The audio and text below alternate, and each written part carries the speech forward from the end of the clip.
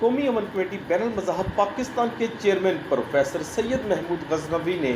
Alhamra hall میں شہدائے Pakistan conference کا اہتمام کیا، جس میں پاک فوج اور قانون نافذ کرنے والے اداروں کے شہداء کرام کو خراج تحسین پیش کیا گیا۔ تقریب میں پی ٹی آئی کے رہنما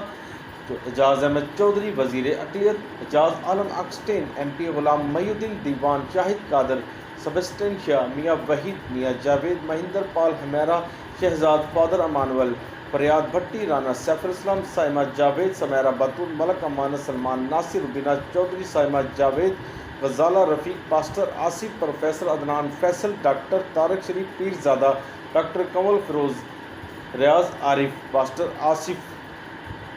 گرو سکھ دیو جی و دیگر نے شرکت کی۔ تقریب میں شرکا نے خطاب کرتے ہوئے کہا کہ تمام مسلک جو ہے دین سے تعلق رکھنے والے ہمارے کرسچن بھائی بھی موجود ہیں، ہمارے ہندو بھائی بھی موجود ہیں، اور موضوع ہے پاک فوج۔ میں اس کے لیے پیس امن کمیٹی کو دل کی عطاء سے مبارکباد پیش کرتا ہوں، خراج عقیدت پیش کرتا ہوں کہ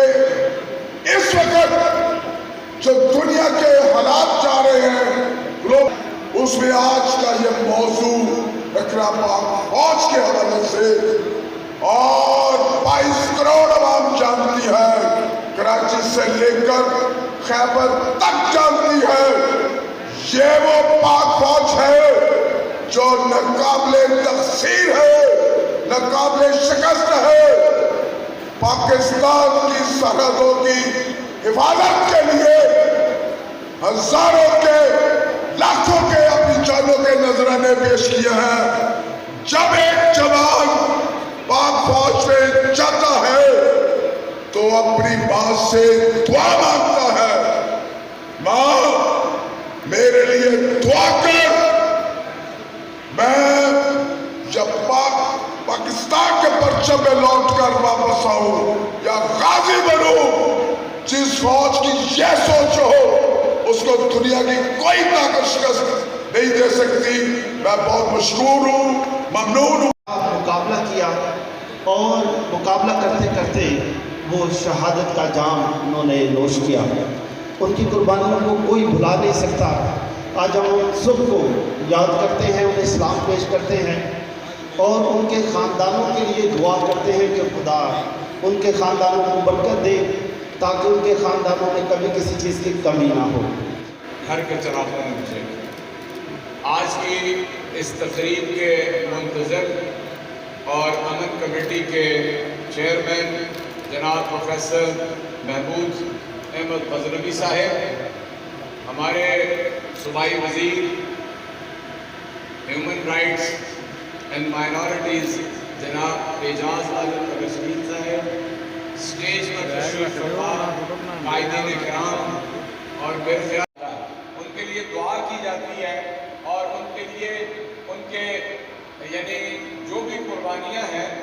ان کو اعتراف ہم کرتے ہیں،